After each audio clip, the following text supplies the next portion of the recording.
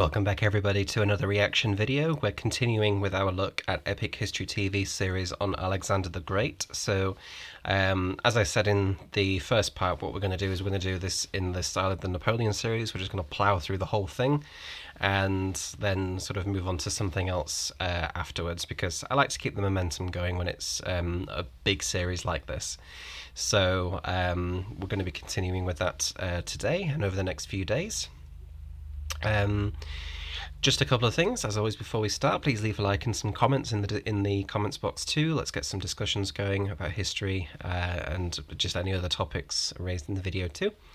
Also, please consider subscribing. There's reaction videos every Wednesday and Friday. I'm going to get more original content out on Mondays that are not reaction videos, so keep an eye out for those too. Make sure you subscribe with notifications turned on. And purely just as well because, according to analytics, about 3/4 to 4/5 of the viewers that I have are not subscribed. So please make sure that you are subscribed if you are one of those people. We are starting to build a little bit more momentum on the channel, which is fantastic, according to the analytics too. There's more viewers coming in, there's more people subscribing than ever before. It's starting to kind of slowly snowball, which is great to see. So hopefully we can keep that momentum going. But also, please consider checking out Patreon too. There's a link to that in the description too. Also, there's a link to Epic History TV and to the original video in the description too. So please go check out Epic History TV. I still like to say that they are the best history documentary channel on YouTube. Just the sheer scale and quality of their productions are just unmatched to me. So please check them out too. But we'll just dive straight back in. So this is Alexander the Great, Part 2.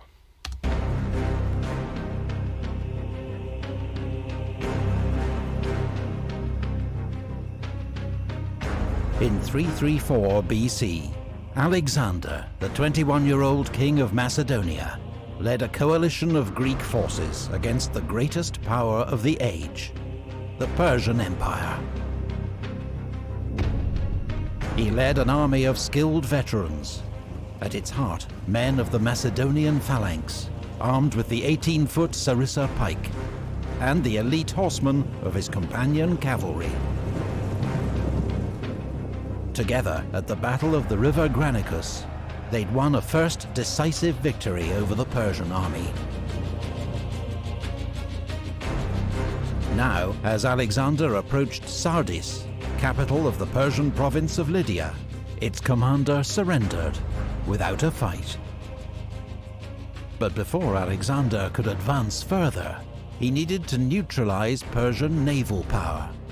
This is a really small thing that has nothing really to do with the actual content of the video, but any musicians watching, you might recognize names like Lydia, Lydian scale and things like that. Obviously, for people who aren't as familiar, a lot of the names for different musical scales come from these provinces.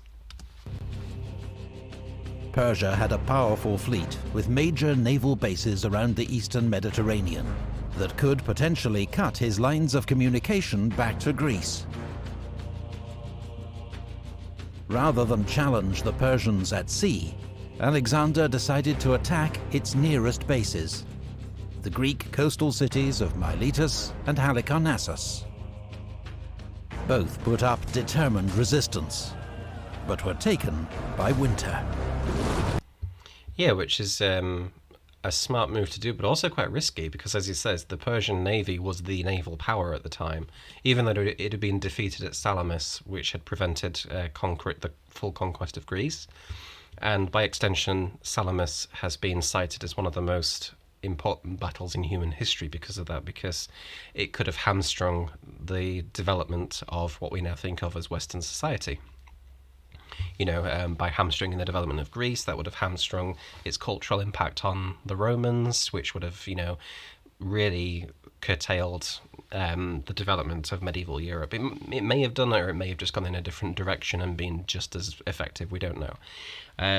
But yeah, this is an interesting but also risky tactic, because yes, he does have the risk of having his lines of communication cut, but also if that's a smart move. If you can't take on the navy, take on its naval bases and stop it from having anywhere to come home to.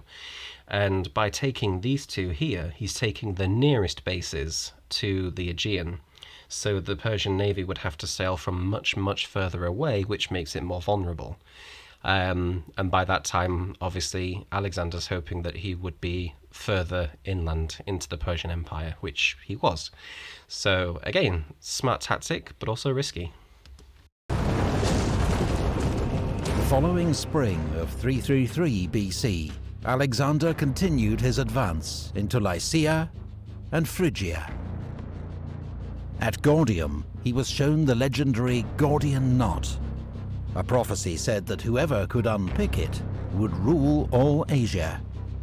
Alexander simply took his sword and sliced it in half. I like that story. It's one of those things where it's like, it doesn't matter to history whether it's true or not, you know, because like I always say, these legends and stuff like the Viking sagas, people say, well, you know, it's just you probably made up and heavily embellished, so it's of no use to us as a historical record. Not true. You know, these legends can tell us a lot about the mindset of people at the time, and also what they were trying to communicate. So something like this, it doesn't matter to us whether it's true or not, because what it shows is that Alexander was a guy that was willing to think outside the box.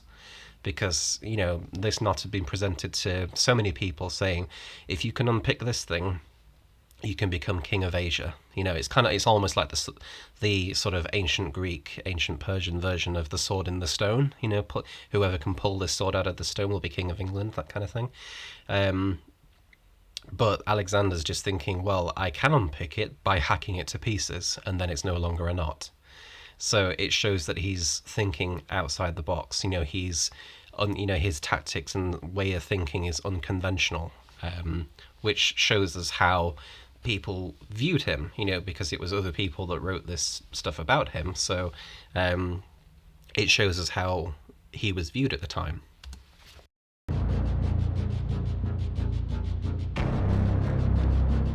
Meanwhile, Memnon of Rhodes, a skilled Greek general in Persian service, led Persian warships into the Aegean and captured the islands of Chios and Lesbos. But after Memnon's sudden death from illness, the offensive was abandoned.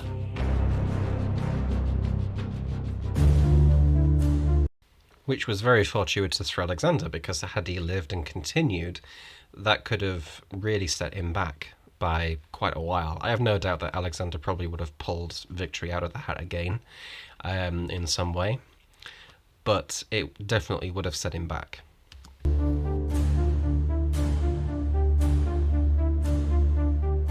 18 months had passed since Alexander's army crossed the Hellespont and invaded the Persian Empire. Now Alexander led his men into Cilicia and was soon poised to cross the Nur Mountains into Syria. But then the main Persian army, led by King Darius III himself, emerged behind the Greek army to the north. Darius was determined to trap and destroy Alexander's army, which he outnumbered almost 2 to 1. So he blocked Alexander's only escape route by moving his army to the coastal plain near Issus, just 6 miles wide, from mountains to sea.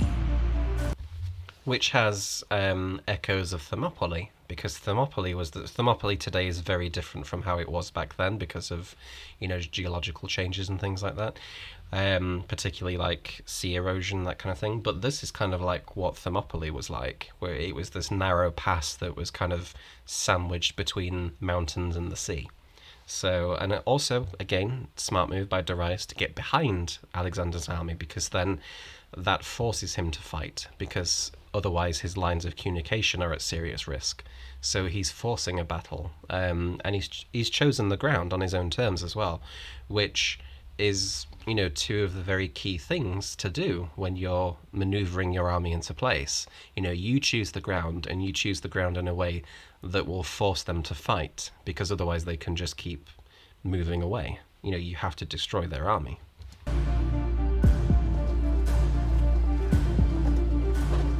The narrow or at least force them to retreat. You know, that's the other option too. Battlefield would force Alexander to fight, but it also prevented Darius exploiting his huge numerical advantage. His army, by some estimates, was up to 100,000 strong, and contained some of the finest soldiers in his vast empire. Yeah, it's unlikely it probably would have been that big. Numbers tend to be inflated, particularly for ancient battles. It's probably more likely it may have been around 60, 70,000 at most. But yes, that's a good point to make as well, which is that it's good to choose the ground, but you have to choose the ground that like suits your army best. The Persian army was heavily mobile. You know, there was it was heavily based on maneuver warfare, because it kind of had to be, because it spans such a large empire. You know, it had to be pretty quick to get from one part of the empire to another. But like I say, choosing the ground is a maxim of military strategy and tactics, but you have to choose the ground that suits your army best. So choosing a narrow pass like this will always benefit the numerically inferior army more than the numerically superior army, because ground like that acts as what's called a force multiplier, which is basically a quirk of the geography of where you're fighting that gives you an advantage as if you had more men on your side. You know, an example would be something like a bunker. You know, a bunker acts as a force multiplier because it provides so much cover and shielding from enemy fire, so even a small number of people could hold out against many more, like a castle. So yes, while Darius chose the ground, he's not chosen ground that benefits his army the most, because when you are numerically superior, you want open space. You know, you want an open battlefield that will allow you to maneuver around your enemy and use your superior numbers to its full advantage. Including 10,000 of his own household troops, known as the Immortals. His best cavalry. And they got that name because there was kind of like this pseudo legend that sprung up around them, because the Immortals were always 10,000 strong. So when a few of them were killed in battle, you would quickly get a few more recruited to fill the space.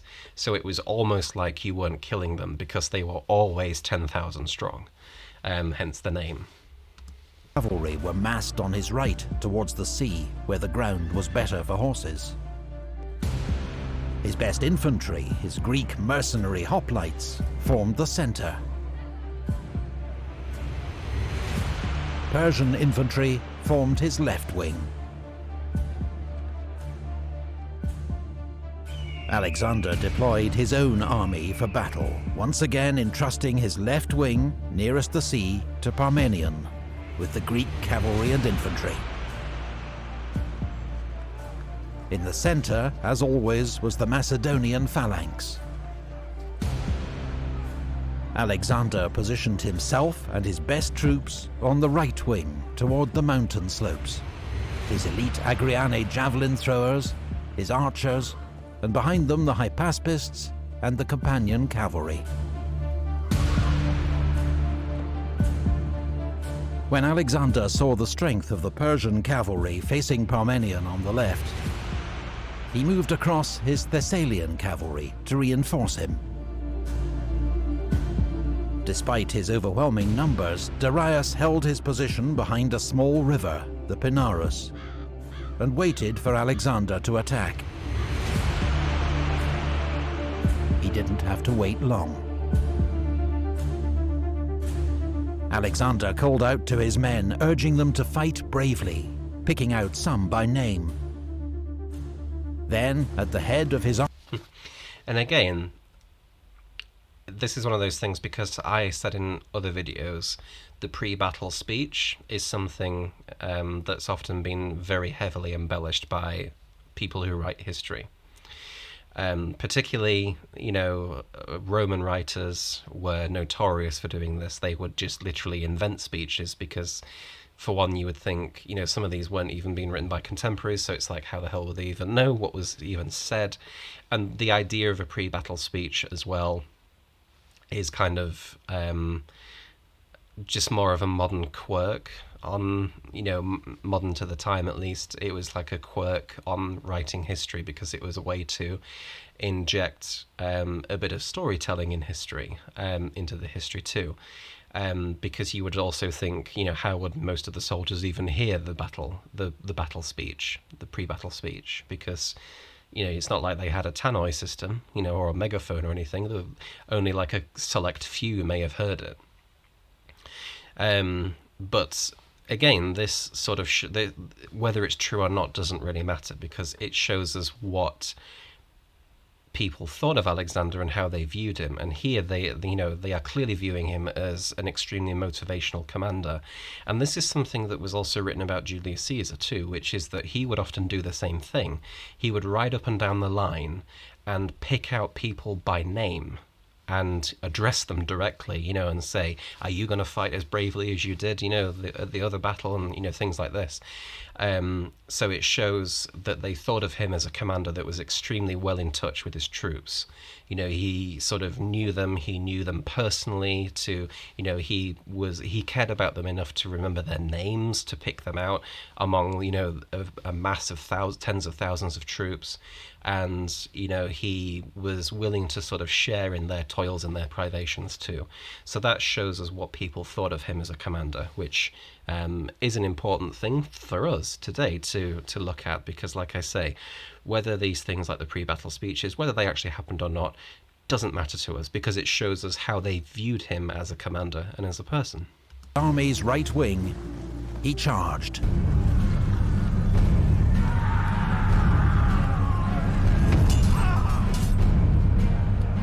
Once again, the speed and shock of the Macedonian advance sent the enemy reeling back.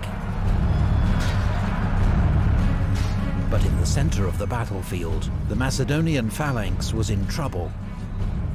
In its effort to keep up with Alexander, its formation had become disordered.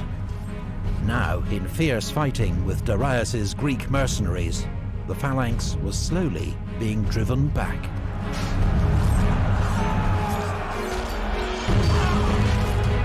Alexander, seeing the danger, regrouped and led the companions in a headlong charge straight at the Persian center. The Greek mercenaries threatened on their flank were soon in disarray, and the Macedonian phalanx was able to resume its advance. Alexander fought his way towards the great king Darius himself. Rather than face this apparently mad and fearless Macedonian king, Darius fled the battlefield in his royal chariot. So again, you can say, had Alexander been any other commander, we would probably be looking at this and thinking, what a moron, what a reckless person. He's just charged headlong, trying to get to the Persian king to either kill him or capture him personally, so he's out for himself kind of thing. He's a glory hunter, which he absolutely was. But also, it left his centre completely vulnerable, because that's the other thing, is the phalanx was slow and it was cumbersome, which meant it could be disordered very easily. And if it was broken up, it could be outflanked and just completely annihilated. So the phalanx was extremely powerful, but also very vulnerable at the same time. And that shows us a psychology of his troops, though, that they were willing to fight and die so much for Alexander that they were basically sacrificing their own discipline and their own formation just to keep pace with him. But again, that it shows us that, yes, while Alexander was certainly reckless, you could argue that he was reckless because of that, because he's just charged, headlong into the enemy and trying to kill the Persian king without much sort of consideration as to what that might do to his other parts of his army. It also shows that, he's not completely focused on his own personal glory, because yes, while he absolutely wanted to get to the Persian king, he also saw that his own troops were in trouble and then rides back to their rescue. So it shows that he's not completely in it for himself. He's kind of swinging this balancing act, really, of trying to, cement his own achievements, but also, he's not going to risk the destruction of his army to do it. Which to me is the mark of a good commander. It's putting other people before yourself, which is what you absolutely should do in that situation when they're in trouble. But also it shows that he's quick thinking and decisive, that he's able to recognize these things, that when someone comes to him and says the center's in trouble, his immediate thought straight away is, let's go to their rescue. So that shows that he's decisive. He's not someone that will dither, and he's very aggressive in his decisiveness.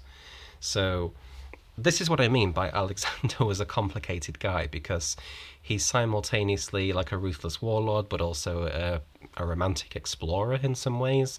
He's extremely reckless in some ways, but he's also extremely decisive and compassionate towards his troops in other ways. So he was a complicated guy, which with historical figures, especially ones this far back, we tend to view them very romantically. We tend to view them as very black and white, like this person was this, and you kind of have to dig a lot deeper than that. You have to be like, no, these were people. They weren't heroes. They were people. They were complicated, complex people, who had many shades to their personality. They weren't just one thing. They were many things, like all of us are today. Meanwhile, the Macedonian left wing under Parmenion was in a desperate fight against the best of the Persian cavalry. If the Persians could break through here, they could envelop Alexander's army and snatch victory from the jaws of defeat. But Parmenion and his troops fought doggedly and continued to hold the Persians at bay.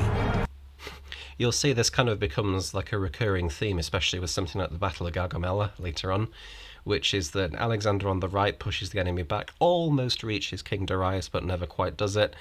The centre's in trouble, but then he comes to their rescue. But poor Parmenion on the left wing always gets the short end of the stick. He always ends up in some, desperate battle for survival.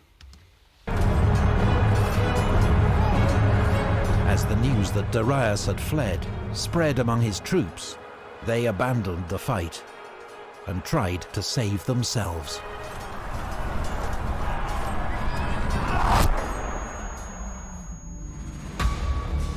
The battle turned into a massacre. Ptolemy, one of the Macedonian commanders, told Alexander there were so many Persian dead, his men had used them to fill a deep ravine so they could cross over it.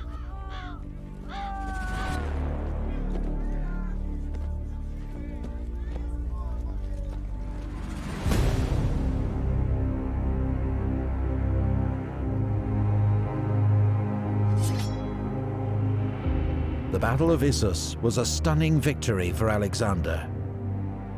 And amongst the spoils of victory were Darius's wife, mother, and 3 children, all taken alive and well treated by Alexander. This is one factor as well, which is sort of characteristic of Alexander's personality, which we saw how ruthless he can be when a city rebels against him, for example, because he will crush them and then sell their people into slavery. So when these cities don't submit to him, he treats them ruthlessly. But when they submit to him, he treats them with extraordinary kindness and compassion, which is something that will come to sort of characterize his rule over the Persian Empire that he eventually conquers. And it's part of the reason why his empire could be held together for as long as it did, until he died, obviously, because these people were well treated by him, so they've got no reason to really rebel against him, because he lets most of the Persian nobles that were in power, he basically lets them keep their positions and their influence and their prestige. All he asks of them is just recognize me as king now, and you can keep everything that you have. So when people kind of submit to him, or in this case, it's essentially innocents that were captured by him, he tends to treat them extremely well. But as we've seen, especially with like the Greek mercenaries that he finds fighting on the Persian side, he's extremely ruthless towards them. So again, this is what I mean. Complicated person. He was neither one nor the other. He was both. So with the Persian field army in retreat, Alexander now turned to subduing the western territories of the Persian Empire. The next year, 332, the coastal cities of Phoenicia submitted to Alexander, ending Persian naval power in the Mediterranean. But the island city of Tyre resisted. Tyre's defenders fought bravely and skillfully, even when Alexander began building a causeway to the island, protected by 2 giant siege towers, which they counterattacked with fire ships. I kind of wish they had gone, excuse me, they'd gone into more detail in this, because this was one of those feats of military engineering that was just utterly astonishing. So there were 2 parts to the city of Tyre. One was like the new city, which was kind of like I think it was the new city that was on the mainland, and then the old city was this one that was kind of on an island out at sea. But when the tide sort of dropped, when the tide was low, it exposed this causeway, this land bridge almost, that was connecting the 2 together, and you could walk across it. It was low enough to walk on. The water may just come up to your shins or something like that. So you could walk across the sea basically to the fortified city of Tyre on this island.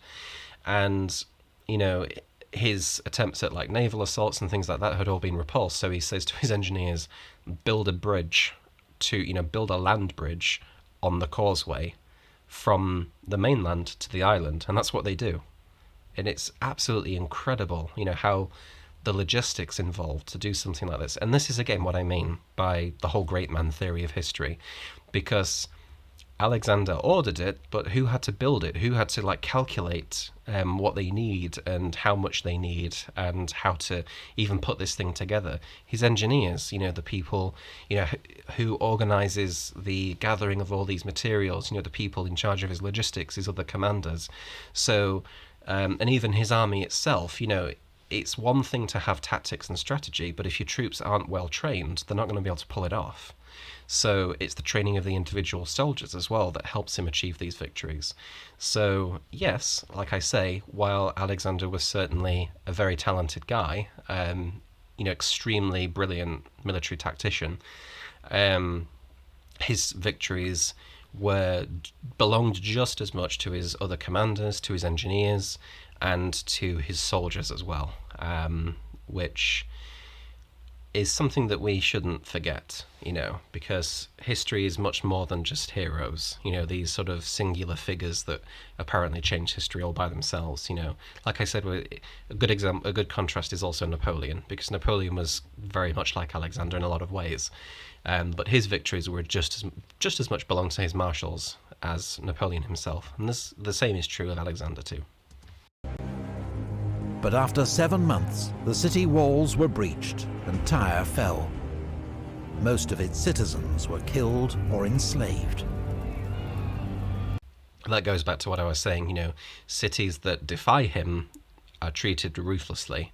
Cities that submit to him are treated exceptionally well. Gaza, too, was taken by siege. Alexander continued to Pelusium on the Nile Delta, where the Persian governor of Egypt surrendered the entire province to Alexander, along with the royal treasury.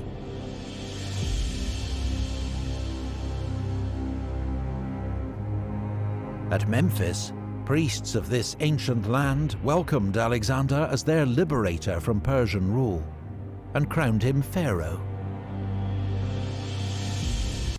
And just think as well, this land was as ancient to Alexander as Alexander is to us.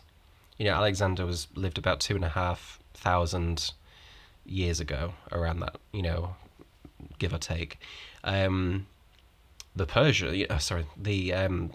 pharaohs of ancient Egypt would have been about that old to Alexander. It's like we say with Julius Caesar. The ancient Egyptians were just as ancient to the Romans as the ancient Romans are to us. It's kind of like a similar thing. So it's just imagine like what Alexander must have felt. Just seeing something like the pyramids, for example. And going into this land that was older than was comprehensible, even because it's hard for us to imagine just how long ago the Romans existed, and to think the ancient Egyptians were just as far back again. The ancient Egyptians were 4,500 to 5,000 years ago. So this land was as ancient to him as he is to us now. So to think, the kind of feeling that he must have had about exploring this sort of ancient part of the world, it's kind of strange to think about history in that way. But also, I'm sure they're probably going to get into this, but he proceeds to the coast where he founds the city of Alexandria. Many cities that he founded were called Alexandria, but this is the one that we remember, which is the one in Egypt. At the mouth of the Nile, he founded a new city, Alexandria. Then travelled to the desert oracle of Siwa, where, according to some accounts, the priests welcomed him as son of Amun, king of the gods. Alexander returned east to Tyre, where in 331 BC he received news of trouble back home. Despite his great victories over the Persians, many Greeks regarded Alexander as a tyrant. King Agis of Sparta, with Persian support, now launched a revolt against Macedonia. Antipater, Alexander's commander in Greece, was already dealing with rebellion in Thrace. But he quickly marched south and met Agis in battle near the city of Megalopolis.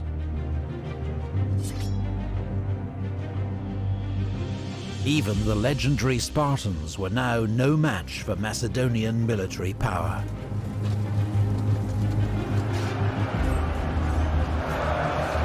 The Spartan army was crushed. King Agis himself was among the fallen. See, that's interesting as well, to think that there were even different, very wildly different perspectives on Alexander even at the time, because today we think of him as, one of the most venerated historical figures in history, especially in the Western world, obviously. He is probably the most famous Greek that we know of, in pop culture. But even at the time, he was viewed by some Greeks as a tyrant, and it's not difficult to understand why, because Macedonia, for a long time, as we saw in part 1, was seen as kind of this almost pariah kingdom, barely Greek, is what they say. But then suddenly, out of nowhere, this hugely powerful, well-trained, well-led, well-organized army comes out of the blue and just conquers almost everything in Greece. So they're probably viewing it. Some of these people are probably viewing it as almost like a military dictatorship, especially Sparta, which is kind of being left isolated because it was never conquered outright by Alexander, but it was kind of cut off from the rest of the Greek world in that sense, and it was forced to basically recognize Alexander as this hegemon of Greece. And Sparta itself had obviously been the Greek military power. To have another one threaten that dominance as well, they're going to be, so other Greeks as well, particularly, are going to be seeing it how we would view something like a military dictatorship today. If this hugely powerful army just comes out of the mountains and just starts conquering everything in sight, you're going to view it pretty negatively. So, yeah, it's interesting to remember that there are different ways of interpreting events.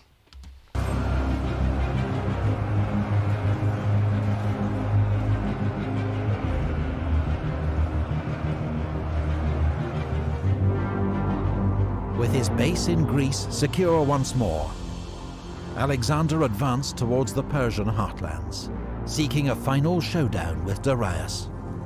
He received a letter from the Persian king offering him a fortune in gold, his daughter in marriage, and half his empire in exchange for peace. Not enough for a guy like Alexander. Nowhere near. He wants the whole thing. But Alexander's stunning victories All the oracles and acclamations had now convinced him that his destiny was to rule the world.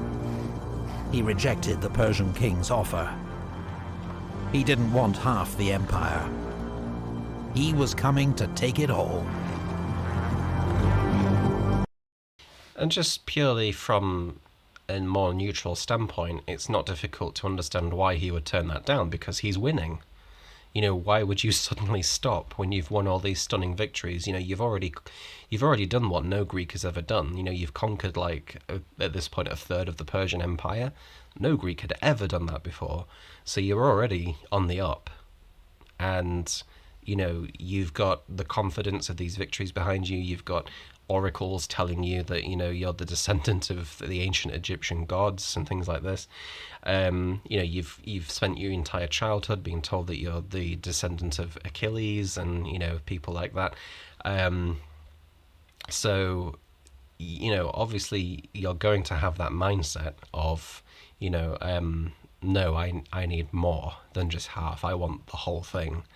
But as we see going forward, even the whole Persian Empire is not enough for Alexander. And this is what I mean. Compulsive achiever. He can't settle, because it's almost like his achievements aren't enough. You know, he's not finding that he is... To me, Alexander was a guy that was forever chasing meaning to his life that he could never quite find. You know, he could never be quite content and happy with what he had. He was always looking outside. You know, he was always looking outward, thinking that these achievements would bring him that meaning. But when that's what you've based your life on, you know, achieving the next thing, no achievement will ever be enough for you, because you achieve one thing, then it's, okay, what can I do now? What can I do next? You know, nothing is ever enough. You know, you have to kind of learn to enjoy what you have. It's fine to want to achieve things, obviously, but when that's all you've based your goals on is just achievement after achievement and not actually savoring what you've got, that builds that kind of mindset of nothing is ever enough for me. I need to keep going. I need more. And that's the kind of guy that Alexander was. You know, he was just, like I say, compulsive achiever, you know, just like Napoleon. Napoleon was exactly the same as well. You know, he could never be satisfied with what he had.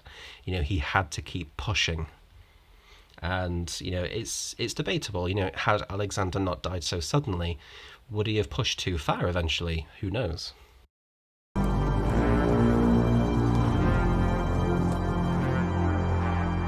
Research and... Okay, I guess we're at the end. But yeah, like I say, I'm loving this series so far, so I hope you are too. And I hope as well that, you know, where you're enjoying the insights into, you know, like how I kind of interpret Alexander as a person. Obviously there's some kind of, you know, I'm trying not to inject too much modern mindset and modern ways of thinking onto Alex. You know, they wouldn't have viewed how I view him at the time, for sure. But you know, that's not to say that that's not who he was. They just viewed things differently back then. They just viewed it in a different way. So, but you know, this is why I like this story so much, is because he himself is such a fascinating figure in history. Because there's so many different ways that you can kind of interpret his actions and his words and things like that. So, but there's more to come for sure.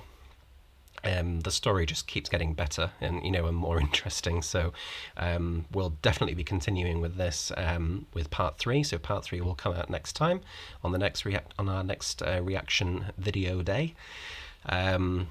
So make sure you're tuned in to watch that. Make sure you're subscribed. And in the meantime, thanks so much for watching, and I shall see you all on the next one.